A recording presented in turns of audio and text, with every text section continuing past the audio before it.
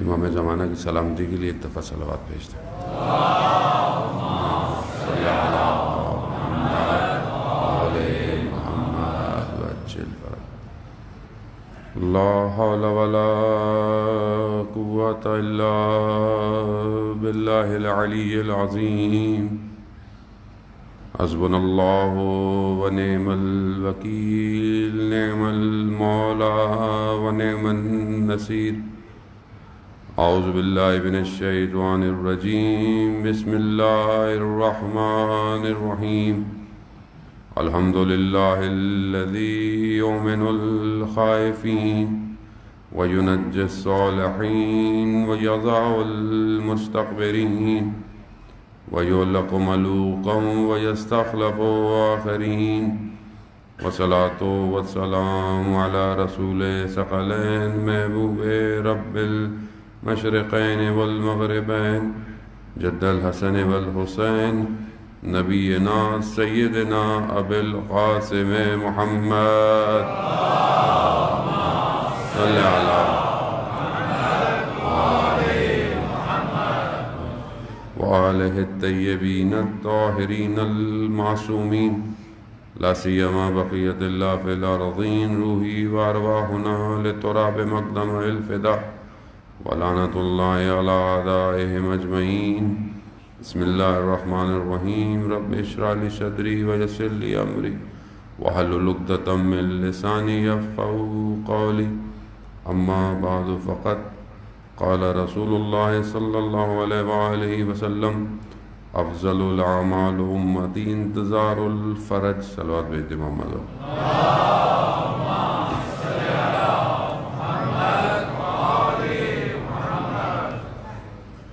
عزیزان محترم، عزاداران سید الشہداء علیہ السلام، ایام عزا ہے اور ماہ محرم کی آج 25ویں تھی جو گزر گئی۔ یقیناً آپ لوگ مسلسل مجالس اور عزاداری کو قائم کیے ہوئے ہیں اور آگے بھی یہ سلسلہ جاری رہے گا، اور بندے خدا حقیر کو بھی یہ خدا نے توفیق عطا فرمائی کہ آپ کے درمیان میں حاضر ہوں اور اہل بیت علیہ السلام کا ذکر کریں، کیونکہ یہی ذکر ہے جو انسان کو رفعت دیتا ہے، بلندی دیتا ہے۔ ویسے تو بہرحال میں نے کل آنا تھا، لیکن کچھ مشکلات کی وجہ سے تو آج جو مولانا نے یہاں پڑھنا تھا وہ میری جگہ کہیں اور پڑھ رہے ہیں اور مجھے یہاں پڑھنا پڑ گیا۔ ویسے مجالس ہماری کل سے ہیں، اور اگر چاند 29 کا ہوا تو 5 ہی ہوں گی، اور اگر زیادہ ہو گیا تو پھر توفیق ہو جائے گی ایک دن آپ کے درمیان میں، اور ہم کوشش کریں بہرحال ان چند دنوں کے اندر اپنے آپ کو اپنے وقت کے امام کے قریب کریں، اور اصل عزاداری کا ہدف ہی یہی ہے کہ ہم اپنے وقت کے امام کی معرفت حاصل کریں۔ کربلا کا واقعہ جسے ہر سال ہم تکرار کرتے ہیں اور بیان کرتے ہیں، اس کا اصل ہدف یہی ہے کہ جس طرح اس وقت لوگوں نے اپنے وقت کے امام کو پہچانا، ہم جو ہے وہ اپنے وقت کے امام کو پہچانیں۔ اور کئی زاویوں سے کربلا کو جو ہے وہ بیان کیا جاتا ہے، تاریخی ہے، تجزیہ ہے، تحلیل ہے، تفکر ہے اس کے اندر، فکر ہے اس کے اندر، اقتدار ہے اس کے اندر، قدریں ہیں اس کے اندر۔ ان سب کو بیان کرنے کا اصل ہدف یہی ہوتا ہے کہ ہم یہ دیکھیں کہ اگر ہم تاریخ میں ہوتے تو ہم کہاں کھڑے ہیں۔ بہرحال آج کیونکہ روز شہادت ہے سید الساجدین زین العابدین امام محمد، اللہم صلی علی محمد وآل محمد، اسی کے بہرحال روشنی میں جو چند غرائز آپ کے اذان عالی میں منتقل کرنے ہیں۔ امام نے جس دور میں زندگی گزاری وہ دور ظاہر کربلا کے بعد کا دور ہے، اور بہت سخت دور ہے۔ اس دور کے اندر جہاں اتنا مشکلات ہیں اور طاغوتی نظام جو ہے وہ جس نے اہل بیت کے ماننے والوں کے لیے زندگی سخت کر دی تھی، لیکن امام نے اپنے بھی دور میں جو ان کا وظیفہ بنتا تھا اس کو بہترین طریقے سے انجام دیا۔ ہر امام نے، کیونکہ ادوار الگ الگ ہیں اور مشکلات الگ الگ ہیں، اگر ہم ائمہ علیہ السلام کی زندگی کا مطالعہ کریں تو ہر امام کے لیے اس کے دور کی مشکلات جدا ہیں، اور اس سخت دور میں ہر امام نے اپنا جو وظیفہ تھا اسے جس طرح انسان کامل ادا کر سکتا ہے اس طرح کیا۔ امام کے دور میں سختیاں ہیں اور ایک خوف و ہراس ہے، اور ظاہر اتنا بڑا واقعہ کربلا کا ہوا، پھر اس کے بعد بہت سارے واقعے ہوئے، توابین کا ہے، واقعہ حرہ مدینہ کا ہے، اس کے بعد ظاہر ہے ایک ٹینس سچویشن ہے، اس کے اندر کھلے عام گفتگو نہیں کی جا سکتی، کھلے عام ملا نہیں جا سکتا، دعوت نہیں دی جا سکتی. تو وہاں امام نے جو ہمارے پاس ایک مجموعہ پہنچا ہے، وہ امام کی دعاؤں کا جو مجموعہ ہے، جسے ہم صحیفہ سجادیہ کے نام سے جانتے ہیں. اس صحیفہ سجادیہ میں امام نے گو کہ دعائیں ہیں وہ، لیکن ان دعاؤں میں امام نے سب کچھ بیان کیا. ان دعاؤں کے ذریعے سے امام نے حتیٰ حکومت کیسے تشکیل دی جا سکتی ہے، امام نے وہ بھی اس کے اندر بیان کیا ہے، اور اس خوبصورت طریقے سے اسے کرافٹ کیا گیا ہے کہ بس ہم اپنی یا میں اپنی نااہلی کہوں کہ ہم جیسے طالب علم جو ہیں وہ بہت زیادہ اس پہ محنت نہیں کرتے، کام نہیں کرتے، تو وہ بیان نہیں ہوتا، اور جب ہم بیان نہیں کریں گے تو ظاہر ہے پھر آپ کہاں اس کو پڑھیں گے. تو قصور ہمارا ہے کہ ہم اس کو صحیح طرح معاشرے میں بیان نہیں کرتے. اس مجموعے کو، اس کے اندر جو ہے وہ سب کچھ اسی کے اندر ہے، چاہے وہ دعائیں ہوں جس سے توبہ کرنے والے کی، شکر کرنے والے کی، محبت کرنے والے کی. تو وہیں پر جو ہے وہ دعائے مکارم الاخلاق ہے کہ جو اپنے سارے انسان کی زندگی کے ان اخلاق کو بیان کرتی ہے کہ اخلاق کیسا ہونا چاہیے انسان کا کس کس مقام پر. تو بہرحال میں تھوڑی سی گفتگو اسی ضمن میں آج آپ کے جو ہے وہ درمیان میں کرنی ہے کہ بہت ساری ایسی چیزیں اس مجموعے ہیں جو ہمیں چوتھے امام سے ملا ہے. وہ مناجات ہیں، وہ دعائیں ہیں. دعا جو ہے وہ عام طور پر ہماری زندگی میں یہ معنی رکھتی ہے کہ بس جب ہمیں کوئی ریکوائرڈ ہے تو ہم مانگیں اور نکل جائیں بس، اور وہ بھی شاید ہم توجہ کے ساتھ اور کنسنٹریشن کے ساتھ نہیں مانگتے. مطلب عموماً انسان نماز پڑھتا ہے، جبکہ حدیث ہے کہ ہر نماز کے بعد خدا ایک دعا کو مستجاب کرتا ہے، لیکن ہم نماز کے بعد فوراً اٹھنے اور بھاگنے کی کرتے ہیں، تسبیح بھی بڑی تیزی سے پڑھتے ہیں، جبکہ ہر نماز کے بعد تعقیبات نماز بھی ہمیں ائمہ علیہ السلام سے ہیں کہ اگر وہ عربی کی دعائیں بھی پڑھ لیں 2 لائن کی. اس کی وجہ کیا ہے کہ دیکھیں ہمیں نہیں پتہ، ایک تو خالق کو ہم صحیح طرح نہیں پہچانتے. اب خالق سے گفتگو کیسے کرنی ہے وہ ظاہر ہے ہم کس طرح جب ہم پہچانتے اور وہ معرفت ہی نہیں رکھتے، تو وہی بہتر بتا سکتا ہے کہ جو خالق کو بہتر پہچانتا ہو. اور اب دعا یعنی دعا مانگنا، وہ الفاظ اصل میں دعا ہے کیا؟ یعنی ہمارے لیے سادی سی جو تعریف ہے کہ ہمیں کوئی چیز چاہیے ہم مانگ لیں، جبکہ اصل میں دعا رابطہ ہے، ارتباط ہے بندے کا خالق کے ساتھ. وہ جتنا اسے بہترین ادا کرے گا اتنا بہترین اس کا رابطہ ہوگا. اس لیے قرآن میں بھی پروردگار کہتا ہے کہ ادونی استجب لکم، تم مانگو میں مستجاب کروں گا. لیکن کیا مانگوں میں؟ منع نہیں کیا کہیں پروردگار نے کہ آپ کو یہ نہیں مانگو، نہ مانگو جو مانگنا ہے. لیکن اب جتنی انسان کی معرفت بڑھتی چلی جاتی ہے اس کے مانگنے میں فرق آ جاتا ہے. مثال کے طور پر آپ چھوٹے بچے کو، ذرا میں سادی سی مثال ہی دے سکتا ہوں، میں کوئی بہت بڑا طالب علم نہیں ہوں، چھوٹے بچے بھی بیٹھے ہوئے ہیں. اب چھوٹے بچے کو آپ شاپ پہ لے کے جائیں اور شاپ جو ہے وہ بھری ہوئی ہو کھلونوں سے، چیزوں سے. اب اس میں بہت اچھی چیزیں بھی ہوں، بہت کام کی چیزیں بھی ہوں، بہت مہنگی چیزیں بھی ہوں، لیکن کیونکہ بچہ ہے اب اس کی معرفت جتنی ہوگی یہ سب سے زیادہ کیا کرے گا، وہ چھوٹی سی گاڑی اٹھا لے گا، ایک ڈنکی اٹھا لے گا. اب باپ کہے گا بیٹا اس میں تو گیجٹس بھی پڑے ہوئے ہیں، اس میں تو جو ہے وہ الیکٹرانک کے ایسے ایسے آئٹمز ہیں، اس میں تو مائنڈ گیمز بھی ہیں. لیکن وہ کہے گا نہیں مجھے یہی چاہیے. کیوں چاہیے؟ کیونکہ اس کی معرفت اتنی ہے. اب عالم بھرا ہوا ہے خزانوں سے، لیکن ہم جو ضد کرتے ہیں وہ کیا کرتے ہیں؟ یہ دے دے پروردگار، یہ دے دے. وہ تو اس نے کہا ہے کہ اس کا تو میں نے وعدہ کیا ہے تم سے،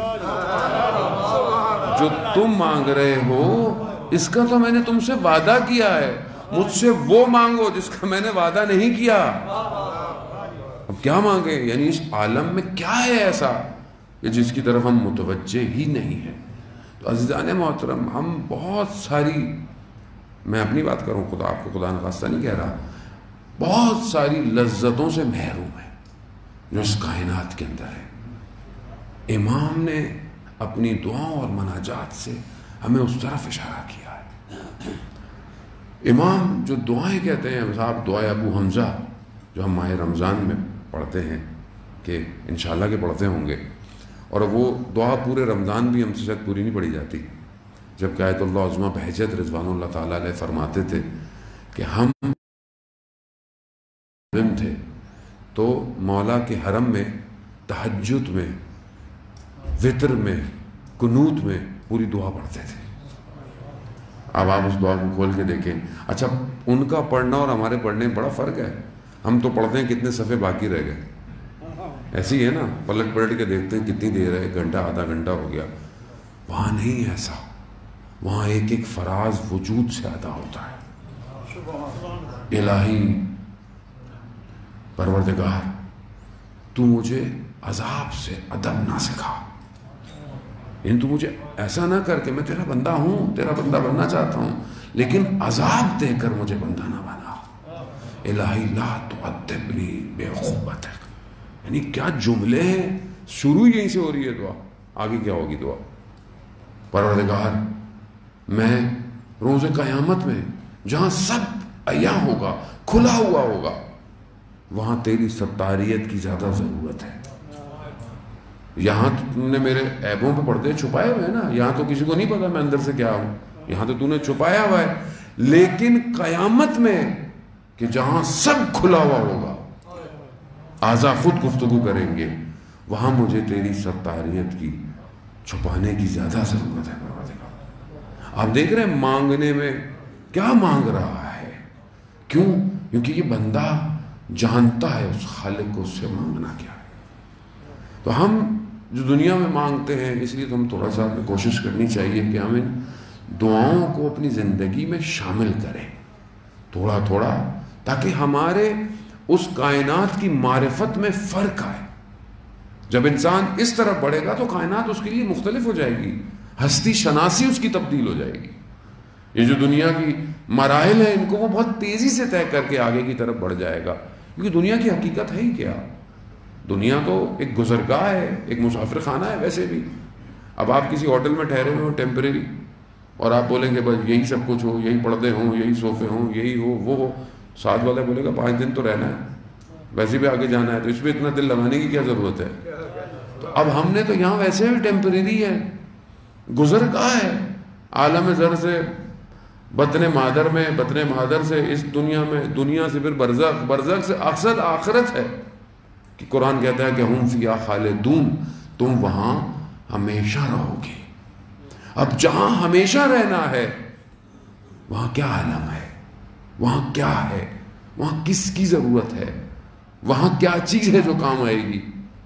عزیزان محترم، ہم نے دنیا تو بہت بنا لی، بہت پلاٹ بنا لیے، بہت چیزیں بنا لی دنیا کے اندر، لیکن آخرت کا پلاٹ خالی پڑا ہوا ہے۔ وہاں پہ جو ہے وہ کسی کی سفارش نہیں چلے گی، وہاں خود بنائیں گے تو جائیں گے۔ جیسے آپ نے بہرحال کہیں اور رہتے ہوں گے، یہاں بنایا تو شفٹ ہوئے، وہاں بھی ابھی سے بنے گا تو شفٹ ہوں گے۔ شفٹ تو ہونا ہے، آپ چاہیں یا نہ چاہیں۔ ابھی آپ کی مرضی ہے پلاٹ اس طرف ہو یا اس طرف ہو، وہاں 2 ہی آپشن ہے، وہاں تیسرا آپشن کوئی نہیں ہے۔ یہاں تو بہت آپشن ہے آپ کے پاس، وہاں آپشن نہیں ہے، یا خود بنا لیں یا دوسرا جو بنا پڑا ہے وہ مل جائے گا۔ لیکن پروردگار نہیں چاہتا ایسے اپنی مخلوق کو۔ پروردگار کیا چاہتا ہے؟ دعائے مناجات محبین میں میرا چوتھا امام خدا کی بارگاہ میں کہتا ہے، الہی منزل لذی بے حلاوہ محبتک، پروردگار جسے تیری محبت کی حلاوت مل جائے، شیرینی مل جائے، وہ کہاں دوسروں کو ڈھونڈے گا؟ وہ کہاں ڈھونڈے گا؟ الہی منزل لذی، پروردگار جسے تیری قربت کی انسیت مل جائے، وہ کہاں کسی اور کی آرزو کرے گا؟ اب یہ ہماری زندگی میں ہے، وہ خدا ہے، اور لوگوں نے مولانا خدا ہے کیوں نہیں ہے، ہم مسلمان ہیں، کہاں ہے؟ وہ امام ہمیں کیا فرما رہے ہیں؟ اور ہم چوتھے امام کو مانتے بہت ہیں. امام سے لیا کیا ہم نے؟ کم از کم یہ کتاب تو لے لینی چاہیے امام سے، اس کو تو پڑھیں تھوڑا سا. اور آسان سا پیکج یہ ہے کہ ڈیلی کی دعائیں پڑھ لیں جو صحیفے سجادیہ میں ہیں. ڈیلی کی دعائیں اتوار، پیر، منگل، بدھ، جمعرات، اور وہ مفاتی میں بھی موجود ہیں. اس کو پڑھیں، ترجمہ پڑھیں، اپنے وجود کو تبدیل کریں. عزیزان محترم، اب ویسے بھی آخری زمانہ بہت قریب لگ گیا ہے، ویسے ہی آخر الزمان ہے. جو نشانیاں ہیں ساری پوری ہوتی جا رہی ہیں. فساد آپ کے سامنے، فتنے آپ کے سامنے ہو رہے ہیں. کتنے آج کل ہمارے اپنے ملک کے جو حالات ہیں، فرقہ واریت کی طرف دھکیلا جا رہا ہے جان بوجھ کے، اور کسی چیز کو چھپانے کے چکر میں کسی اور چیز میں لگایا جا رہا ہے. تو ہم، اور آپ پورے خطے کے اندر دیکھ لیں، ناامنیت دیکھ لیں، آپ ویسٹرن کنٹریز کے اندر دیکھ لیں، ایسا کبھی بھی نہیں ہوا کہ وہاں کے لوگ باہر سڑکوں پہ نکلے ہوں. یعنی پوری دنیا اس ٹائم ایک اضطراب کے عالم میں ہے، مضطرب ہے. اور یہ جب تک اضطراب اپنی اوج پہ پہنچے گا تو وہ آئے گا جو پردہ غیبت میں انتظار کر رہا ہے. وہ تبھی آئے گا، وہ آئے گا جب ہم مضطرب ہوں. جب تک ہمارا اپنا کام چل رہا ہے، کاروبار چل رہا ہے، بزنس چل رہا ہے، سکون ہے، تو کہاں بلائیں اس کو؟ جب آپ پریشان ہوں گے تو بلائیں گے. تو یہ پریشانی اب بڑھتی جا رہی ہے، عالم ایسے ہی ہے. اب اس میں ہم متوجہ ہوں اس طرف عزیزان محترم، اس سے پہلے کہ کاروان آئے، صدا آئے اور ہم رہ جائیں. آپ یہ نہیں کہہ سکتے کہ جب امام تشریف لائیں گے تو میں اٹھوں گا، نہیں اٹھ پائیں گے. پھر ابھی سے تیار ہوئے تو پھر پرواز ہے. اور یہ تبھی ہوگی کہ جب ہم اپنے وجود کو دیکھیں کہ یہ وجود اس عالم میں کہاں موجود ہے، اور اپنے خالق کے ساتھ اس کا رابطہ کیسا ہے. قرآن میں سورہ حدید میں پروردگار کہتا ہے کہ اینما تم کہاں ہو، میں تو تمہارے ساتھ ہوں. تم جہاں بھی ہو میں تمہارے ساتھ ہوں. وہ تو ساتھ ہے مگر میں اس کے ساتھ نہیں ہوں. تو میں کیسے ہوں؟ تو دعا اور مناجات دونوں میں بڑا فرق ہے. دعا انسان مانگتا ہے، مناجات نجوا کو کہتے ہیں، سرگوشی کو کہتے ہیں، آہستہ آہستہ بات کرنے کو کہتے ہیں مناجات. امام نے جو مناجات دی ہیں وہ ایسے ہی ہیں.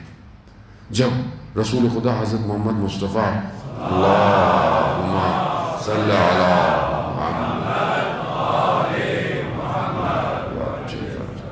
جب معراج پہ گئے تو پروردگار نے اپنے حبیب سے جو ہے وہ بہت ساری حدیثیں ہیں، بہت سارے کلام ہیں. تو پروردگار نے اپنے حبیب سے، محبوب سے کہا کہ اگر کوئی بندہ میری رضا کے لیے کام کرتا ہے تو میں اسے 3 خصلتیں دیتا ہوں. اگر جو میری رضا، یعنی کیا؟ یعنی جس پر خدا راضی ہو. اب اس کو آپ کو اپنی زندگی میں خود ڈھونڈنا ہے کہ آپ کے کس کام سے خدا راضی ہوگا. وہ یہ الگ گفتگو. تو 3 خصلتیں اسے دیتا ہوں. پہلی کیا چیز دیتا ہوں؟ پہلا، میں اسے ایسا شکر دیتا ہوں جس میں جہل نہیں ہوتا. یعنی جب وہ شکر کرتا ہے، شکر کی طرف بڑھتا ہے، میرا شکر کرتا ہے، تو اس میں اس کے اندر جہالت نہیں پائی جاتی. وہ اپنے پورے وجود سے شکر کر رہا ہوتا ہے. یہ خصلت خدا دیتا ہے. دوسری، میں اسے ایسا ذکر دیتا ہوں جس میں غفلت نہیں ہوتی. یعنی وہ ایسا ذاکر بن جاتا ہے، ایسا ذکر کرتا ہے کہ وہ غافل نہیں ہو سکتا میرے ذکر سے. ہر وقت ذکر کے اندر رہتا ہے. کہ جہاں قرآن کہتا ہے یقیناً سورہ معارج کے اندر کہ یہ ہم صلاتم دائمون، یہ ہمیشہ نماز کی حالت میں ہے. یعنی کیا نماز کی حالت میں؟ یعنی نماز کسے کہتے ہیں؟ یعنی آپ نماز جو پڑھتے ہیں، سادی سی نماز کے سادے سے مفہوم تو یہی ہے کہ آپ چیزوں کو حرام کر دیتے ہیں بہت ساری، اور اس کے آگے متوجہ ہو جاتے ہیں. اب آپ کو کوئی ادھر ادھر کرے تو آپ کہتے ہیں بھائی میں خدا کی قبلہ رخ ہو کر خدا کی طرف عبادت کر رہا ہوں، خدا کی طرف متوجہ ہوں. صرف بدن نہیں، وجود بھی متوجہ ہو، قلب بھی متوجہ ہو، ذہن بھی متوجہ ہو. تو کہا یہ وہ ہیں کہ جو ہر وقت نماز کی حالت میں رہتے ہیں. یعنی جہاں پہ بھی ہوں گے ہر وقت خدا کی طرف متوجہ ہیں. جہاں بھی دیکھیں گے ان کے چہرے اپنے کاموں میں، اپنے ذکروں میں. تو میں ایسا ذکر سے دے دیتا ہوں کہ جو اسے غفلت میں نہیں ڈالتا. اور پھر میں اس کے دل میں اپنی محبت ڈالتا ہوں اور اسے ایسی محبت دیتا ہوں کہ یہ دنیا کی محبتوں کو چھوڑ دیتا ہے. یہ مہم ہے زیادہ. بس میں اسی جملے تک آپ کو لانا تھا اس مناجات محبین کی وجہ سے. یہ جو محبت خدا کی جب آتی ہے تو یہ باقی محبتیں اس کے دل سے منقطع ہو جاتی ہیں, چھوڑ جاتی ہیں. پھر کیا کرتا ہے جب یہ 3 خصلتیں آتی ہیں تو پھر پروردگار ارشاد فرماتا ہے کہ پھر میں اس کے قلب کی وہ آنکھ روشن کرتا ہوں جس سے یہ میرے جمال کو دیکھتا ہے, اور پھر میں یعنی پروردگار پھر میں اس سے نجوا کرتا ہوں, یعنی پھر پروردگار اس سے سرگوشی میں باتیں کرتا ہے. عزیزان محترم, یہ خصلتیں کس کے لیے, کون سی مخلوق کے لیے ہے, کس کے لیے پروردگار نے فرمایا؟ میری زندگی میں کہاں ہے یہ, کہاں پھنس گیا ہوں میں زندگی میں, کن چیزوں میں نے اپنے آپ کو پھنسا دیا ہے. اور وہ کہتا ہے کہ میں نے پوری کائنات کو تمہارے لیے بنایا ہے مگر تمہیں میں نے اپنے لیے بنایا. تو کہاں ہے میرا, میں کہاں ہوں؟ مجھے سب دیا اس نے لیکن میں کہاں ہوں؟ عزیزان محترم, بہرحال اس طرح متوجہ ہوں, ہم ہر طرف تو متوجہ ہیں لیکن یہ حقیقت ہے, یہی مقصد امام حسین تھا کہ خالق کی طرف متوجہ کرے. جب متوجہ ہو جائے تو اسے پتہ چل جائے گا اس کا وظیفہ کیا ہے, کون سی چیز تھی کہ جس کے لیے سید الشہداء اتنے خزانوں کو لے کر کربلا آئے ہیں. کون سی ایسی چیز, کوئی تو اتنی قیمتی چیز تھی. امام حسین علیہ السلام خود عظیم ہے لیکن وہ چیز جس کے لیے امام نے قربانی دی وہ اس سے بھی زیادہ عظیم ہے. کیا ہے؟ پروردگار ہے. کروڑوں لوگوں کی نگاہیں سید الشہداء کی طرف اور اس بندے کامل انسان کی نگاہ اپنے پروردگار کی طرف. رضن بے رضائک, میں راضی ہوں تیری رضا پہ, تیری رضا پہ, میں نے خدا کی رضا پہ کام کیا. اب یہ خصلتیں اگر مکمل اور تام ہیں تو ان بندوں پر ہے, مگر راستہ بند نہیں کیا انہوں نے کہا تمہارے لیے بھی ہے, تم بھی کرو, تم بھی میری رضا کے لیے کام کرو, میں تمہیں بھی سب کچھ دوں گا, تمہیں بھی یہ مناجات دوں گا, تمہیں بھی یہی گفتگو دوں گا. ہم جب علماء اور شہداء کا گفتگو پڑھتے ہیں, سنتے ہیں, یقیناً انہوں نے اپنے آپ کو اس مقام پہ پہنچایا ہے, اس مقام پہ لے کر گئے کہ جہاں ان کی مناجات اور گفتگو ہے. آیت اللہ قاضی رضوان اللہ تعالی جو کہ وادی السلام نجف اشرف میں جن کا مرکز مبارک ہے, وہ اپنی زندگی کے حوالات میں بیان کرتے ہیں کہ وہ تہجد کی نماز کے لیے شہر سے رات کو باہر جایا کرتے تھے اور نخلستان میں عبادت کیا کرتے تھے, اور 1 گھنٹہ تہجد کی نماز ان کی جو ہے وہ طول ہو جاتی تھی. اور وہ خود کہتے ہیں کہ جب میں اس وقت اس نماز میں ہوتا تھا تو میں اطراف سے منقطع ہو کر کائنات میں جو ذکر ہو رہا ہوتا تھا وہ مجھے سنائی دیتا تھا. خود یہ کیسے ہوگا زندگی میں, میں ایسے ہی مر کے چلا جاؤں, میں کب سنوں گا اس ذکر کو, میں کب ان مناجات کو سنوں گا, کب میرا قلب اس طرف متوجہ ہوگا. اب اس کا مطلب کیا ہے کہ میں اپنے اطراف سے, اپنے بہن بھائیوں سے, اپنے بچوں سے, ماں باپ سے, زوجہ سے رشتہ کاٹ دوں اور خدا کی محبت نہیں. یہ محبت جب آتی ہے تو ان ساری محبتوں کو ترسیم کرتی ہے. کیوں؟ کیونکہ مومن کے وجود میں نور پایا جاتا ہے, اور جب یہ نور جڑتا ہے تو یہ محبت ظہور کرتی ہے.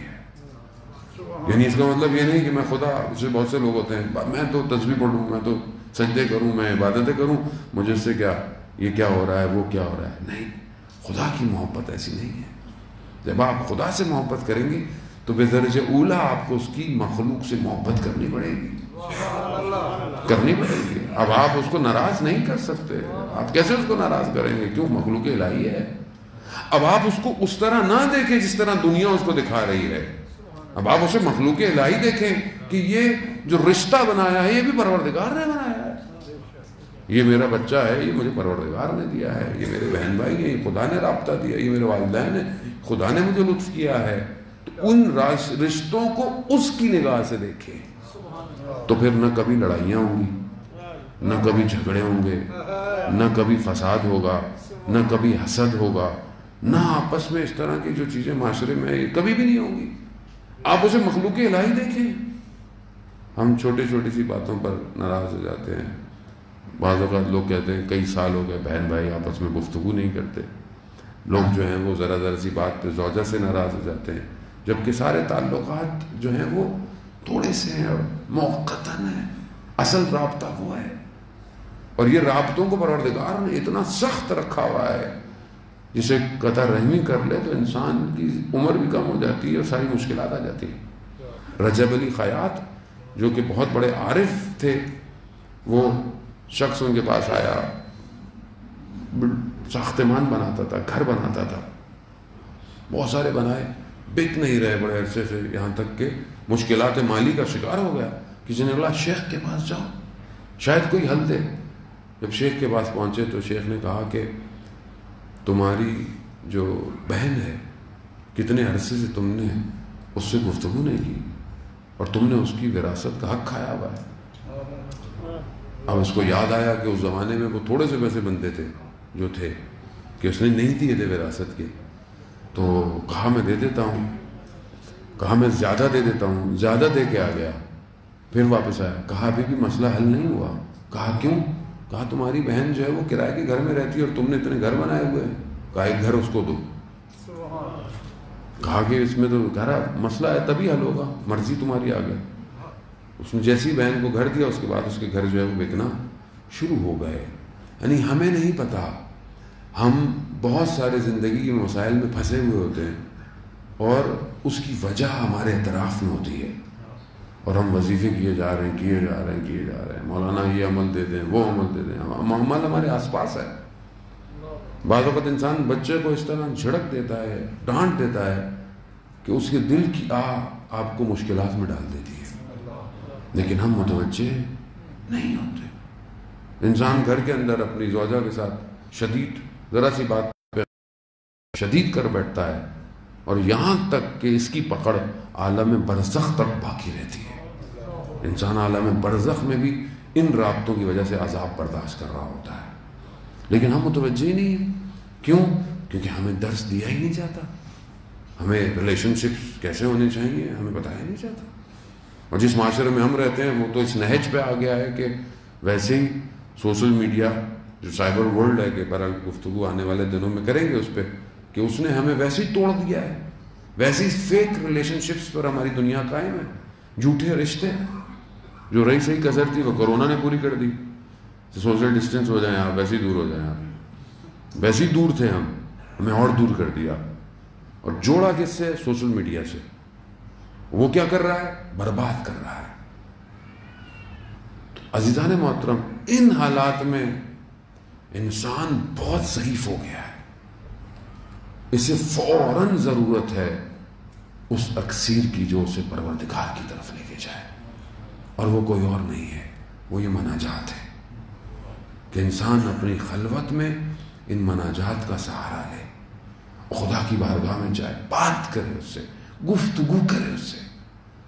دنیا سے باتیں کرتے ہیں ہم لوگ، گھنٹوں گھنٹوں باتیں کرتے ہیں، چیٹ کرتے ہیں، پتہ نہیں کیا کیا کرتے ہیں، اور خالق سے گفتگو نہیں کرتا. کھولے اپنے آپ کو اس کے آگے. اس سے کیا چھپانا؟ آپ کسی ڈاکٹر کے پاس جائیں، ہو سکتا ہے کوئی بیماری آپ نہ بتائیں، چھپانا چاہیں اس کو، میں نے میٹھا کھا لیا نہیں بتا رہے آپ اس کو، وہ بھی اسی طرح آپ کی دوائی دے گا. لیکن خالق سے کیا چھپائیں گے جو سب جانتا ہے، جس نے آپ کو اس وقت جب روح تھے تب بھی جانتا ہے، قبر میں کیا ہوگا تو بھی جانتا ہے، آخرت میں کیا ہوگا تو بھی جانتا ہے، آپ کے آباء و اجداد کو جانتا ہے، آپ کی ساری خصلتوں سے واقف ہے، آپ کی ساری کمزوریوں سے واقف ہے. سب کچھ اسی کا ہے. کوئی کائنات کا ذرہ اس کی مرضی کے بغیر اصل وجود نہیں. اسی کا وجود ہے جس نے یہ حیات بخشی ہوئی ہے. وہی سب کچھ ہے. اگر وہ اتنا عظیم نہ ہوتا تو علی جیسی شخص تبھی آپ دیکھیں مناجات، دیکھیں آپ دیں مولا کی خدمت میں پہنچے، امام کیسے مناجات کر رہے ہیں، وہ مناجات جو ہم مسجد کوفہ میں پڑھتے ہیں کہ خدا کرے ہم سب کو وہاں کی زیارت نصیب ہو، مناجات جو کوفہ میں پڑھی جاتی ہے وہ مناجات امیر المومنین جو مشہور ہے، بہت معروف ہے، کس طرح وہ مناجات ہو رہی ہے کہ پروردگار میں تجھ سے سوال کرتا ہوں اس دن کا، یوم لا ینفع، جس دن کوئی بھی چیز فائدہ نہیں دے گی سوائے قلب سلیم کے۔ یہ امام کی مناجات ہے عزیزان محترم، یہ امام مناجات کر رہے ہیں، مولا یا مولا انت المولا انا العبد وهل يرم العبد الا المولا، تو میرا مولا ہے، تو میرا بار ہے، تو میرا مالک ہے، میں تیرا بندہ ہوں، کیا تو رحم نہیں کرے گا اپنے بندے پر جبکہ تو پروردگار ہے، تو مولا ہے، مولا یا مولا انت الخالق، مولا یا مولا انت العظیم انا الذلیل، مناجات، سرگوشیاں میری زندگی میں کہاں ہیں؟ میں نے اس مناجات کو اپنی زندگی میں بہرحال جو توفیق ہوئی، لیکن ایک مقام ایسا تھا کہ جہاں میں نے مناجات توفیق ہوئی، اس دن سے لے کے آج تک ویسی میں نہیں پڑھ پایا مناجات، اور میں نے اپنے استاد سے پوچھا جب اس واقعے کے بعد، اور اس بات کو بھی میرے خیال میں شاید 12-13 سال ہو گئے، توفیق نہیں ہو پائی آج تک یہ مناجات پڑھنے کی۔ میں نے پوچھا کہ کیا وجہ تھی، کیونکہ کہا کہ تم ایسی جگہ گئے تھے جہاں شہداء کا خون بہت تھا، ان شہداؤں نے استقبال کیا ہے، یعنی وہ خود اس طرح مناجاتیں پڑھتے تھے، انہوں نے تمہیں بھی توفیق دی کہ تم بھی اس لذت کو محسوس کرو۔ عزیزان محترم، وہ ہماری زندگی میں حسرتیں دوسری ہیں، گاڑی چھوٹی ہے، گھر چھوٹا ہے، فون ایسا، یہ حسرتیں ہماری یہی ہیں، یہ حسرت ہی نہیں کہ کبھی مجھے رات کی تنہائی میں مناجات نصیب ہو، اور میری راتیں زندگی کی گزرتی جا رہی ہیں، کتنی راتیں میں نے گزار دی اپنی زندگی کی غفلت میں، اور میں اس کی طرف متوجہ ہی نہیں ہوا، اور یہ مجھے پتہ ہی نہیں ہے کہ پتہ نہیں یہ رات میری آخری ہے کہ نہیں ہے، کسی کو نہیں پتا کہ آج کی رات یہ لمحہ آخری ہے کہ نہیں ہے۔ اور وہ جتنے بھی لوگ تھے، آیت اللہ جوادی عاملی کرواتے ہیں کہ جب یہ عراق کی جنگ تھی تو یہ وہاں جاتے تھے تبلیغ کے اوپر، تو کہا ایک جگہ کسی اونچائی پر یہ تھے اور نیچے پانی کا چشمہ تھا، لیکن وہ دشمن کے قبضے میں تھا، یا اس طرف اگر بڑھتے تو جو ہے وہ شہید ہونے کے چانسز تھے۔ نماز کا وقت آیا، تو جب نماز کا وقت آیا تو انہوں نے پوچھا کہ آقا کیا کریں، پانی تو نیچے ہے، نماز کیسے پڑھیں؟ کہا پھر تیمم کرو کیونکہ جان کو خطرہ ہے، تیمم کرو۔ تو دیکھا ایک جوان جو ہے وہ میں 16 سال یا 14 سال کا وہ جا رہا ہے، تو کہا آقا ہماری بات نہیں سن رہا، آپ ہی اس کو روکیں کہ کچھ ہو جائے گا۔ تو کہتے ہیں انہوں نے اس کو بولا کہ ابھی جب مشکل ہو تو تیمم کر سکتے ہیں، نماز ہو جائے گی تمہاری۔ تو وہاں اس نے مجھے مڑ کے دیکھا اور مسکرا کر کہا آقا رہنے دیجئے، آخری نماز ہے، خوشی خضوع سے پڑھنے دیں۔ گیا وضو کر کے آ گیا، کچھ نہیں ہوا، نماز پڑھی، اور اس کے بعد بہرحال ان کا آپریشن سٹارٹ ہوا تو کچھ لوگ شہید ہو گئے۔ تو انہوں نے پوچھا کہ وہ کہاں ہے جوان؟ کہا وہ شہید ہو گیا ہے۔ کہا وہ پانی کے کنارے دیکھا تو اس کا بدن تھا اور وہ اسی طرح مسکرا رہا تھا کہ وہ جانتا تھا کہ یہ اس کی آخری نماز ہے۔ 16 سال کا۔ کہتے ہیں آغا جوادی نے خاک اٹھائی، سر پہ ڈالی، کہا کہ یہ کون سا علم تھا جس نے امام خمینی نے ان کو پڑھایا اور یہ اس مقام پہ پہنچ گئے، اور ہم فلسفہ اور عرفانی پڑھتے رہ گئے۔ کیا چیز تھی؟ خدا، رب تھا۔ یہ جوان جو ہے وہ شب کی تنہائیوں میں مناجات پڑھتے تھے، یہ جانتے تھے کہ یہ اس ایسے مقام پر ہے کہ جہاں پر لقاء اللہ قریب ہے، خدا سے ملاقات قریب ہے۔ 72 شہیدوں میں سے جو ایک امام کا صحابی ہے، یقیناً شاید بصرہ سے آیا اپنے 2 بیٹوں کے ساتھ، اس کے میرے خیال میں اچھے خاصے بیٹے تھے، لیکن صرف 2 بیٹے اس کے ساتھ آئے، اور جب وہ امام سے آ کر ملا تو اس نے قرآن کی ان آیتوں کی تلاوت کی جس میں انسان خوش ہو رہا ہوتا ہے، مسکرا رہا ہوتا ہے، جس میں فرح ہے، نشاط ہے. تو آپ بولیں گے یہ تو مطلب اس جنگ میں آیا ہے تو اس میں مسکرانے خوش ہونے کی کیا بات ہے؟ کیونکہ یہ جانتے تھے، حتیٰ شب عاشورہ اور روز عاشورہ بھی ان کے چہروں پہ مسکراہٹیں تھیں. کیوں؟ کیونکہ یہ جانتے تھے ان کی اور خدا کی ملاقات میں اب تھوڑا ہی فاصلہ رہ گیا ہے. اور ہم اپنی زندگی میں اس ملاقات پر کیسے متوجہ ہو؟ کیونکہ ہم نے شرائط کو طے نہیں کیا. ہم اپنی زندگی میں ان شرائط کو طے ہی نہیں کر رہے جو ہمیں داخل کرے اس عشق کی وادی کے اندر. ہم باہر ہیں، ہم گھوم رہے ہیں باہر. ہم اگر تھوڑے بہت دیندار بھی ہوتے ہیں تو بس مسجد امام بارگاہ میں، باقی ہماری زندگی میں جو بھی ہے بس ہے، ٹھیک ہے، چلتا ہے. اور اس کے بعد ہمارے پاس ایکسکیوزز بھی بہت سارے ہیں، یہ مسئلہ ہے، وہ مسئلہ ہے، یہ مسئلہ ہے. جبکہ خدا نہ آپ کو کام سے منع کرتا ہے، نہ آپ کو کسی بزنس سے منع کرتا ہے، نہ نوکری سے، نہ پڑھائی سے، کسی چیز سے خدا تو منع ہی نہیں کرتا. نان نفقہ جو حلال ہے اس کو واجب ہے، کماؤ، کھاؤ، کھلاؤ.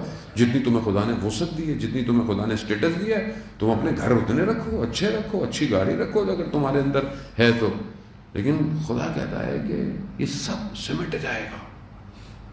یہ جو سورج اور چاند بھی خدا نے بنایا ہے، جسے پروردگار قرآن میں کہتا ہے کہ یہ دھواں تھا، اس دھوئیں سے ہم نے اس کو بنایا. 7 آسمان جو ہے وہ کھڑے کیے ستونوں کی طرح. یہ سب سمیٹ لیا جائے گا، سب ختم ہو جائے گا. القاریات القاریات، سب سمیٹ لے گا. کیا بچے گا؟ کیا لے کے جائیں گے اس کے پاس؟ انہی زندگی کے معاملات میں امتحان ہے، ابتلاات ہے. وہ یہ دیکھتا ہے کہ میں اس کو یہ سب دے کر یہ دیکھوں کہ یہ میری طرف کتنا متوجہ ہے. یہی کمال تھا سید الساجدین کا. ہم ترک نہیں کر سکتے عزیزان محترم اس سجدے کو جو روز عاشورہ مغرب میں سید السجاد نے کیا ہوگا. روز عاشورہ کیا تھا؟ کیا تھا جو لیا خدا نے، جو دیا گیا؟ اس کے بعد سجدہ سبحان ربی الاعلی و بحمدہ. دیکھیں آپ، یعنی آدمی کی تو کوئی چھوٹی سی چیز کھو جائے تو نماز بھول جاتا ہے، تو کفر پہ آ جاتا ہے آدمی. یہ کیا کر دیا پروردگار؟ بندہ مر جائے، بچہ مر جائے. مگر وہاں اللہ اکبر نہیں لے پا رہے ہم امام کی معرفت. جب امام ہی سمجھ میں نہیں آئے گا تو اس کا ہدف کیسے سمجھ میں آئے گا؟ ہم نے روایتی سیٹ اپ رکھا ہوا ہے اپنی معذوری سادہ، بس روایتی. یہی چیز تاخیر کا باعث بن رہی ہے کہ ہم وقت کے امام کو ہمارے پیسے نہیں چاہیے، امام کو ہماری دولت نہیں چاہیے، امام کو ہمارا وجود چاہیے. وجود. وہ اس کو کربلا وجود پہنچے تھے. کربلا کوئی لوگ اپنے کوئی کاروان چھوڑ کے آئے لوگ. جو زہیر ابن کہن کے جو اتنا دوسرے مسلک کا اور اچھا خاصا آدمی تھا، اس کا پورے خیمے لگتے تھے، سب کچھ تھا. لیکن جب امام کی طرف آیا تو آتے کہا کہ سب خیمے میں ہٹا دو، سب جاؤ، سب چھوڑ دیا، حتیٰ اپنی زوجہ کو بھی بھیج دیا. کیوں؟ کہا امام نے بلا لیا ہے. امام کو دولت تھوڑی چاہیے تھی، امام تو وہ ہیرے تلاش کر رہے تھے کہ جنہیں کربلا کی سرزمین میں دفن کیا جائے، جن کی روشنی قیامت تک کے ظلمتوں کو چیرتی رہے. انہیں جمع کیا ہے امام نے. ابھی بھی امام کو یہی چاہیے. امام کو کوئی، امام کے پاس سب کچھ ہے، امام سارا علم رکھتے ہیں.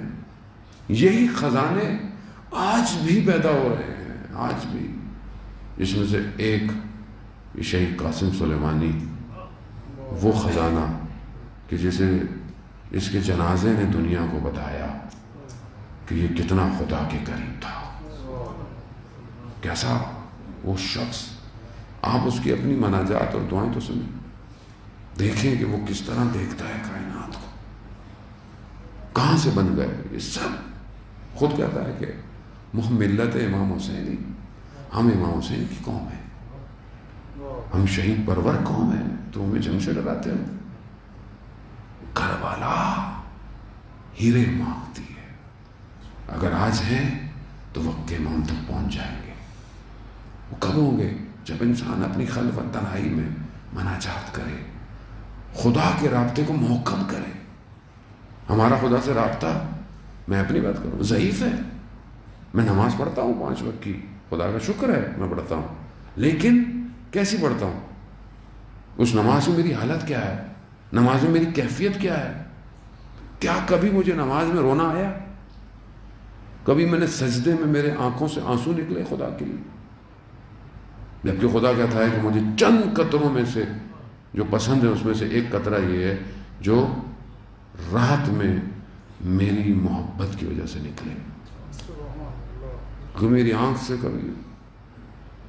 اور آیت اللہ عظمہ بہجت کی نماز کہ ہمیں تھوڑی توفیق ہوئی ان کی نماز پیچھے پڑھنے کی، کہ کس طرح وہ سجدے میں چیخ مارتے تھے کہ ہمارے دل ہل جاتے تھے، کیونکہ ہم اس چیز کو تو محسوس نہیں کرتے تھے جس کو وہ محسوس کر رہے ہیں، اس عظمت کو، اس جلال کو، اس جمال کو، کہ جو باطن کی آنکھ دیکھ رہی ہو۔ اور آدمی پھر اس چیزوں سے، دنیا کے جمال سے پھر غافل ہو جاتا ہے۔ دنیا میں کیا جمال ہوگا، دنیا میں کیا حسن ہوگا؟ وہ ایک صرف جھلک تھی جو حضرت یوسف پہ پڑی، کہ جسے لوگ اس زمانے میں انگلیاں کٹ گئیں، وہ ایک جھلک تھی۔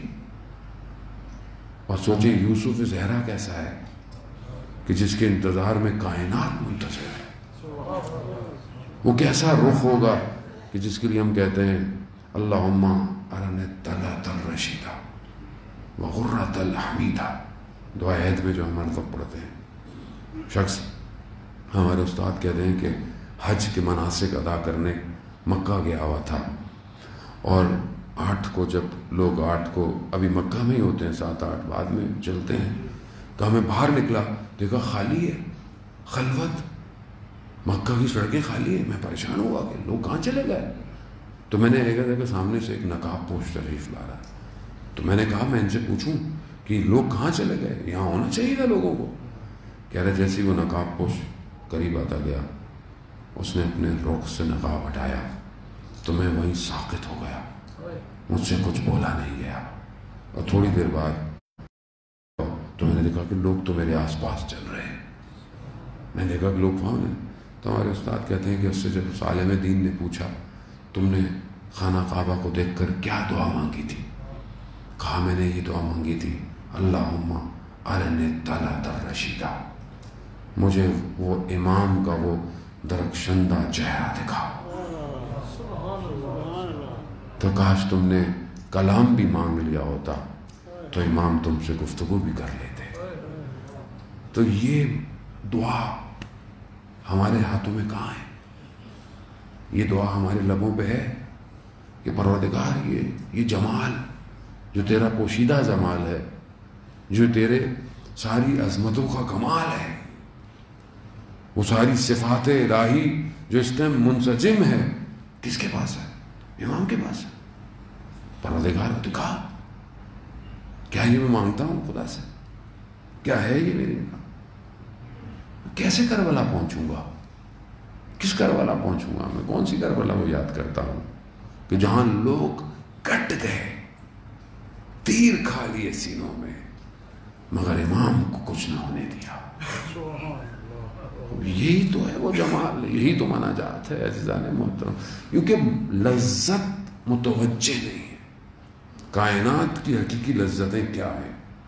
یہی کہا امام سجاد کے الہی پروردگار، جسے تیری محبت کی حلاوت مل جائے اسے دوسری چیزیں کیا کریں گی؟ جسے تیری محبت مل جائے، جس کو یہ محبت مل جائے اس کو نہ شہرت، نہ دولت، نہ خوف، نہ مال، نہ جان، کچھ بھی نہیں ہے، وہی آگے بڑھ سکتا ہے۔ وہی اس مقصد پہ پہنچ سکتا ہے جس کے لیے اسے خلق کیا گیا ہے. کیوں؟ اسے پتا ہے کہ میں کٹ بھی جاؤں گا، مر بھی جاؤں گا تو کیا فرق پڑتا ہے، کیونکہ یہ لذت دیکھ رہا ہے. کربلا اسی محبت کا جمال ہے. ایک جملہ بس آپ کی زحمت ہے عزیزان محترم، ایک جملہ حضرت زینب سلام اللہ علیہ خان، ایک جملہ کہ جب ابن زیاد لعین نے پوچھا کہ ہم نے کربلا میں یہ کر دیا وہ کر دیا، آپ نے کیا دیکھا؟ ما رأیت الا جمیلا، میں نے جمال کے سوا کربلا میں کچھ نہیں دیکھا. یہ جمال ہمیں کیوں نہیں نظر آتا؟ ہم کیسے اس جمال کو دیکھیں گے؟ یہ جمال کیا ہے عزیزان محترم؟ ہم اس وادی میں نہیں پہنچ پا رہے کربلا کی. یقیناً یہاں پہنچنا آسان نہیں تھا، وہ ام المصائب بنی تو یہ جمال نظر آیا. مصیبتیں دینی پڑتی ہیں اس جمال تک پہنچنے کے لیے. ہم بھی اپنی زندگی میں بہرحال کوشش کریں کہ اس جمال کی طرف بڑھیں کہ خدا خود ہمارے قلب کو روشن کرے تاکہ ہم اس کی عظمتوں کو، اس کے جمال کو، اس کے جلال کو دیکھیں. مرنا تو سب نے ہے، اور حدیث ہے کہ مرنے سے پہلے مر جاؤ. مرنا تو ہے، سب کو موت آنی ہے. مر کے اپنی چیزیں دیکھو گے تو کیا کمال ہے؟ مرنے سے پہلے مرو تاکہ اس مقامات کو پہلے ہی دیکھ لو، اس چیزوں کو پہلے دیکھو. لذت تو اسی میں ہے. ان عوالم کو دیکھو جس میں امام موجود ہے، ان چیزوں کی طرف متوجہ ہو انسان. آیت اللہ عظم بہجت فرماتے تھے کہ ہم جو ہے وہ ہم نے اپنے استاد سے کہا کہ آپ جو درس ہمیں دیتے ہیں یہ ایک ہفتے میں ایک دن ہوتا ہے، اس کو بڑھاتے ہیں، آپ تھوڑا زیادہ دیا کریں.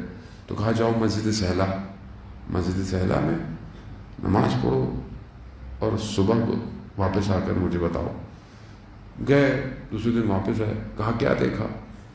کہا مغرب کی نماز میں تو بڑا رش تھا، پھر آہستہ آہستہ رش کم ہو گیا، اور پھر تہجد میں تھوڑے سے بزرگ تھے. کہا جوان کتنے تھے؟ کہا میں اکیلا ہی جوان تھا. کہا اگر اس وقت میں تم جوانوں کا اضافہ کر دو میں درسوں میں اضافہ کر دوں گا. کتنے جوان ہیں رات کی تاریکی میں جو خدا سے گفتگو کرتے ہیں؟ کتنے جوان ہیں. بزرگ تو ظاہر ماشاءاللہ کرتے ہیں، ظاہر انہی کی وجہ سے برکتیں ہیں. جوان رات کو اٹھ کے خدا سے مناجات کرتا ہے یا نہیں کرتا؟ جوان فجر میں اٹھنا مشکل ہو جاتا ہے اس کے لیے، مناجات کیسے؟ تو کیسے ہم پہنچیں گے عزیزان محترم؟ یعنی آپ خود اپنے آپ پر کوشچن مارک لگائیں. ہم اپنے آپ کو دیکھیں، میں اپنے آپ کو، آپ اپنے آپ کو دیکھیں. جوان چاہیے، جوان چاہیے. جوان کا ذکر سنتے رہتے ہیں. ایک جوان تھا امام، چوتھے امام بھی کربلا میں جوان ہے، زیادہ عمر نہیں ہے امام کی، لیکن کیسی عبادت ہے، کیسی مناجات ہے، کیسی حمد و ثنا ہے خدا کی بارگاہ کی. یہ وہ زاویہ ہے جو پوشیدہ ہے ہماری زندگی میں، اور یہ دعائیں اور مناجات ویسے بھی ہماری زندگی میں کام ہے بہت زیادہ. تو ہم متوجہ ہوں یہ رابطے کو عزیزان محترم، بس خلاصہ رابطے کو مضبوط کرے گی. اور جب خدا سے رابطہ مضبوط ہو گیا تو پھر کوئی چیز آپ کو توڑ نہیں سکتی، کوئی چیز آپ کو خرید نہیں سکتی. ایک شہید کی وصیت اپنے بیٹے کو کہ اپنے آپ کو اس کمال پہ لے جاؤ کہ خدا تمہارا خریدار ہو جائے، خدا تمہیں خرید لے. نہ دنیا، ہم نے اپنے آپ کو بنایا تھا دنیا خریدے، کارپوریٹ خریدے، نفس خرید لے، خواہشات، چھوٹی چھوٹی خواہشات اپنے آپ کو بیچ رہے ہیں. ایک تصویر پہ جوان اپنے آپ کو بیچ دیتا ہے، ایک لمحے میں انسان نامحرم تعلقات میں بیچ دیتا ہے، جبکہ خدا اس قابل کرے کہ خدا خریدے، خدا کہے کہ ہاں یہ میرا، میں نے اس کو خرید لیا. جب وہ لوگ لے لے بس پھر کیا ہے زندگی میں؟ جب اس نے لے لیا تو پھر تو سب اسی کا ہے، وہ سب کھول دے گا آپ کے لیے. یہ جو ہم بھاگتے ہیں دنیا کے پیچھے، اس کے خزانے کئی بڑے ہیں. وہ جب پتھروں کے اندر کیڑوں کو غذا دے سکتا ہے سمندر کی تہوں کے اندر مچھلیوں کو غذا دے سکتا ہے، ہواؤں میں پرندوں کو جب وہ سب دے سکتا ہے تو اس اشرف المخلوقات کو کیوں نہیں دے گا؟ یہ تو ہم نے خود اپنے آپ کو گرایا ہوا ہے، اور یہی پستی ہمیں تباہ کر رہی ہے، انسانیت سے دور کر رہی ہے۔ انسان محترم، اسی کی ضرورت ہے، اور ان مناجات اور دعاؤں کی طرف کہ میرا چوتھا امام اپنی ساری زندگی کرتا رہا۔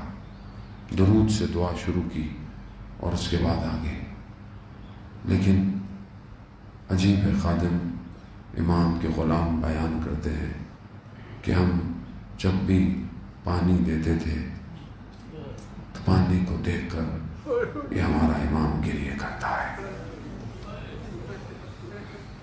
کہا جب بھی کھانا دیا جاتا تھا تو امام کھانے کو لے کر گریہ کرتے۔ کہا بستر بنایا جاتا تھا مگر امام زمین پر سوتے تھے۔ پوچھا مولا کیوں؟ کہا میرے بابا کو بھوکا اور پیاسا ہوا، پانی وضو کے لیے ہے تو گریہ ہے، نماز پر کھڑے ہیں تو گریہ ہے، کہیں جانور کو قربان ہوتے دیکھا تو مولا رک گئے، کہا اسے پانی پلایا ہے۔ اللہ اکبر۔ یہ 5 گریہ مشہور ہیں، امام چھٹے امام کی حدیث ہے، 5 گریہ کائنات کے۔ ایک حضرت آدم کا گریہ ہے کہ جب انہیں روئے زمین پر بھیجا گیا، ایک حضرت یعقوب کا گریہ ہے جو حضرت یوسف کی جدائی میں گریہ کرتے رہے، ایک خود حضرت یوسف کا گریہ ہے، اور ایک گریہ حضرت زہرا سلام اللہ علیہ کا، اور ایک سید الساجدین کا گریہ ہے جو کئی سال پر محیط رہا۔ کہنے والوں نے کہا مولا اتنا گریہ کیوں کر رہے ہیں؟ کربلا کو بڑا وقت گزر گیا۔ کہا کہ یعقوب کا ایک بیٹا صرف جدا ہوا تھا، حضرت یعقوب جانتے تھے کہ یوسف زندہ ہے، لیکن اتنا گریہ کیا آنکھیں سفید ہو گئی۔ کہا میرے سامنے میرے 18 یوسف قربان ہو، گریہ نہ کرو، خون کے آنسو۔ امام نے عزیزان محترم، وقت کا امام بھی گریہ کرتا ہے۔ یہ کیسے گریہ نہ کرتے؟ اپنے سامنے اللہ نے کیا کیا مصیبتوں کو، کیا کیا مشکلات کو امام نے دیکھا۔ ہم تو بہرحال بیان کرتے ہیں اور اٹھ کے گھر چلے جاتے ہیں، لیکن یہ تو امام جانتے ہیں کہ روز عاشورہ کی مشکلات اپنی جگہ، لیکن شام غریبوں سے جو مشکل شروع ہوئی۔ امام کی امامت کا پہلا سوال کتنا عجیب ہے کہ بی بی زینب آ کر فرما رہی ہیں بیٹا سجاد خیموں میں کتنا سخت ہے امام کے لیے کہ نہیں مرے نہیں اغیار کے مجمع میں آ جائے، غیروں کے مجمع میں آ جائے۔ ہاں زاداران محترم، یہ آسان نہیں تھا۔ امام سجاد کو جو غم کھا گیا وہ بڑا عجیب غم ہے، ہم اسے درک نہیں کر سکتے، ہم اسے محسوس نہیں کر سکتے، اور تبھی ہم اس گریہ تک پہنچ بھی نہیں سکتے جسے امام سجاد علیہ السلام نے کیا۔ وہ گریہ اور مشکلات امام کی اس عالم کی حقیقت کو ہمارے سامنے کھول نہیں سکتی۔ امام سے پوچھا کہ کون سی ایسی چیز ہے نا کہ کربلا میں ایسی کون سی چیز تھی اس پورے واقعے میں جس نے آپ کو سب سے زیادہ رنجیدہ کیا؟ کون سی ایسی چیز ہے؟ امام نے یہ نہیں کہا کہ علی اکبر کے سینے پہ جنیزہ لگا، امام نے یہ نہیں کہا کہ قاسم کے بدن کے ٹکڑے ہوئے، علی اصغر کو تیر لگا، نہیں، یہ سارے غم اپنی جگہ پر، لیکن امام نے 3 دفعہ کہا ہائے شام، ہائے شام، ہائے شام۔ اس شام میں کیا ہوا ایسا؟ کیا ہوا شام میں جسے میرا مولا اتنا یاد کرتا، اتنا یاد؟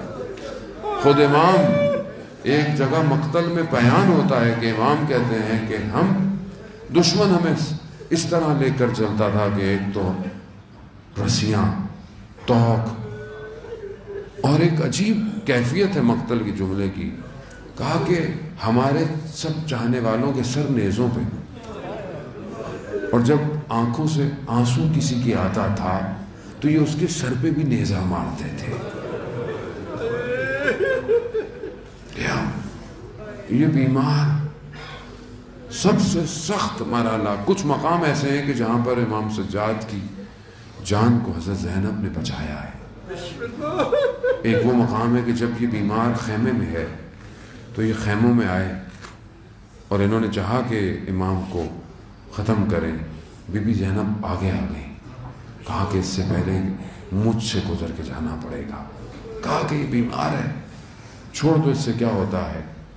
لیکن اس سے سخت مرحلہ استاد فاطمی نے یہاں بیان کرتے ہیں کہ 11 محرم کو جب اس کارواں کو مقتل کے پاس سے گزارا گیا، عجیب کیفیت ہے، عجیب حال ہے. اس کے چند زاویے ہیں کہ پتہ نہیں میں کتنا بیان کر پاؤں گا آپ کو. کہ جب مقتل کے پاس، مقتل کیا ہے؟ مقتل جو ہم سنتے رہتے ہیں، مقتل کیا ہے؟ اس ٹائم کربلا کیا تھا؟ ایک میدان تھا نا. ایک طرف خیمے تھے، وہ بھی جل چکے تھے، دور کہیں پانی تھا، ایک میدان ہے، اور وہاں پر سر بریدہ لاشیں. اسے مقتل کہتے ہیں. سر بریدہ لاشوں کو مقتل کہتے ہیں. اس مقتل کے پاس سے ان کو گزارا گیا. کیسے گزارا گیا؟ سواریوں پہ زین نہیں ہے، مہارے نہیں ہیں، ان کو گزارا گیا. اب جب گزارا گیا نا تو امام نے ایک بدن کو دیکھا. کیسا بدن ہے؟ سر بریدہ ہے، کچھ بھی بدن پہ نہیں ہے. صرف کرتے پہ، جو میرا چھٹا امام کہتا ہے نا، صرف کرتے پہ 100 زخموں کے نشان کرتے پہ تھے، وہ بھی نوچ لیا گیا تھا. تو بدن پہ کتنے ہوں گے؟ اس حالت میں جس پر کربلا کی خاک اٹی ہوئی ہو. امام نے جب اپنے بابا کی یہ حالت دیکھی تو استاد کہتے ہیں کہ اس سے پہلے کہ امام کی روح پرواز کرتی، بی بی زینب نے اپنے آپ کو سواری سے اس مقام ہی، وہی وہ مقام ہے کہ جہاں بی بی نے یہ کہا یہ میرا بھائی حسین ہے. ہاں آزاداران محترم، اس حالت کو میرا مولا نہ پہچان پایا، نہ برداشت کر پایا. گزر گیا وقت، آپ نے یہ مصائب سنتے رہے. ہاں عزیزان محترم، آئے امام کے اس غم کو تھوڑا سا عکاسی اگر ہو پائے. یا امام زمانہ، ہم آپ سے ہاتھ جوڑ کر معذرت چاہتے ہیں، کیونکہ ہمیں یہ بھی پتا ہے، کتابیں یہ بھی کہتی ہیں کہ آپ کو بھی سب سے زیادہ اپنی پھوپھی کا غم کھا گیا ہے. آپ بھی اپنی پھوپھی کے غم کو بہت یاد کرتے ہیں. زیارت نہیہ بھی ہمیں یہی بتاتی ہے. ہاں راوی کہتا ہے کہ میں جب شام میں داخل ہوا نا تو میں نے دیکھا شام کے لوگ رنگ برنگے کپڑے پہنے ہوئے. میں نے کہا کیا ہے، کوئی عید کا دن تو نہیں ہے آج؟ کہا نہیں، ایک باغی تھا نا جنہوں نے قیام کیا تھا، ان کے اسیروں کو لایا گیا ہے، ان کے مردوں کو مار دیا گیا. کہتا ہے جیسے ہی میں وہاں پہنچا، میں نے جب سر نیزے پر دیکھے نا تو میں نے کہا یہ تو جانے پہچانے سر ہے. میں نے نیچے دیکھا تو میں نے دیکھا، میں نے امام کو، میں امام تک پہنچا، گردن میں توق ہے، ہاتھوں میں رسی. مولا یہ کیا ہو گیا، یہ کیا ماجرا ہے؟ کہا اس کا وقت نہیں، تیرے پاس کچھ دھرم دینار ہیں؟ کہا ہاں. کہا یہ جن کے ہاتھوں میں نیزے ہیں نا ان کو دے، اور انہیں کہے تھوڑا آگے جائیں. کہا کیوں؟ کہا لوگ ان نیزوں کے سروں کو دیکھیں، میرے اہل حرم پر نگاہیں نہ پڑیں. آزاداران محترم، امام سجاد کو یہ غم کھا گیا. یہ اغیار کا مجمع، یہ غیروں کا مجمع، اور یہ سید زادیہ، یہی وہ شام کا غم تھا جو ساری زندگی امام کو رہا.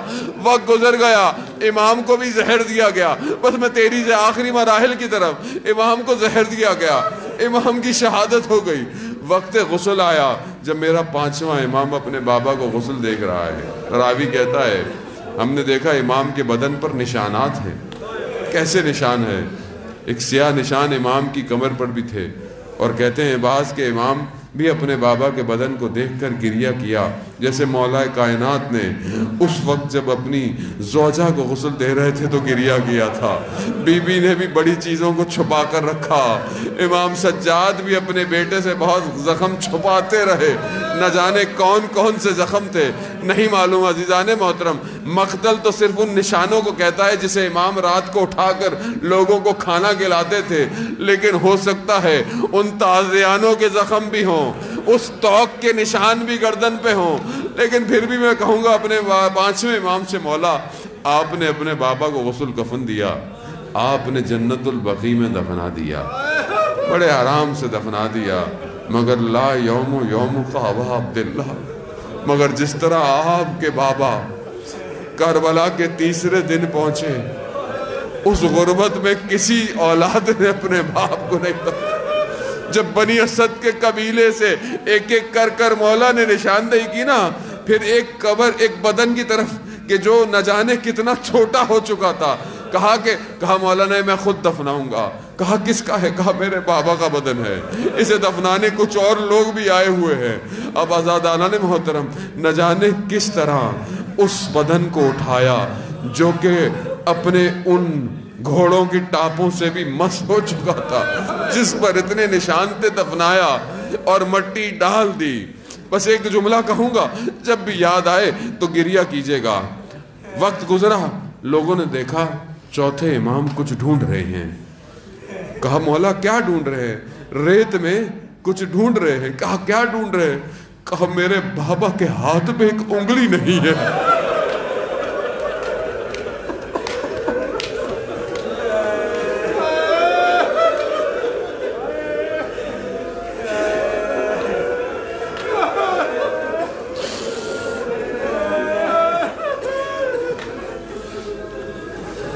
لعنت اللہ علی القوم الظالمین وسیعلم الذین ظلموا ای منقلب ینقلبون۔ پروردگار امام زمانہ کے ظہور میں تعجیل عطا فرما، ہمیں ان کے ناصروں ان کے مددگاروں میں شمار فرما۔ پروردگار ہماری اس عبادت کو اپنی بارگاہ میں قبول فرما۔ جہاں جہاں بھی جلوس مجلس عزاداری ہو رہی ہے، ان سب مومنین کی جان مال عزت آبرو کی حفاظت فرما۔ پروردگار مسلمان جہاں بھی اپنی آزادی کی جنگیں لڑ رہے ہیں انہیں کامیابی عطا فرما۔ پروردگار یہ ہمارے ملک میں جو فرقہ واریت کی ہوا کو جو ہے وہ بھڑکایا جا رہا ہے، ان سب دشمنوں کو نیست اور نابود فرما۔ ہمیں اپنے ملک میں امن کے ساتھ یکجہتی کے ساتھ رہنے کی توفیق عطا فرما۔ مسلمانوں کو آپس میں اتحاد کے ساتھ رہنے کی توفیق عطا فرما۔ مومنین کو آپس میں محبت کی توفیق عطا فرما۔ ہمارے وطن پاکستان کو عزت اور استحکام عطا فرما۔ اس کے دشمنوں کو نیست اور نابود فرما۔ پروردگار ہم سب کو عمرہ اور باقی زیارات کی توفیق عطا فرما۔ جلد سے جلد اس بیماری اس وبا کو انسانیت سے دور فرما۔ جتنے بھی بیمار ہیں اس بیماری کی وجہ سے یا اس کے علاوہ بھی بیمار ہیں، بیمار کربلا کا واسطہ پروردگار انہیں شفا کاملہ اور عاجلہ عطا فرما۔ پروردگار ہمارے گھروں کو قرآن کی تلاوت سے منور فرما۔ ہمیں اپنی مناجات کی لذت کی توفیق عطا فرما۔ پروردگار ہم ان ایام میں جو کر رہے ہیں اس کے بدلے میں ہمیں اپنے وقت کے امام کی قربت نصیب فرما۔ ہمارے امام کو ہمارے اعمال سے راضی ہونے کی توفیق عطا فرما۔ پروردگار اس مجلس عزاداری کا اصل ہدف وقت کے امام کی معرفت ہے، پروردگار ہمیں وہ عطا فرما۔ جو پریشان حال ہیں ان کی پریشانیوں کو دور فرما، جو بے روزگار ہیں انہیں رزق حلال عطا فرما۔ پروردگار جو بے اولاد ہیں حضرت علی اصغر صد کے اولاد صالح اور نیک عطا فرما۔ فتنوں کے دور میں پروردگار ہمیں کامیابی کے ساتھ سرخرو ہونے کی توفیق عطا فرما۔ اللہم ارزقنا زیارت الحسین فی الدنیا و شفاعتہ فی الآخرہ۔ صلوات بید محمد۔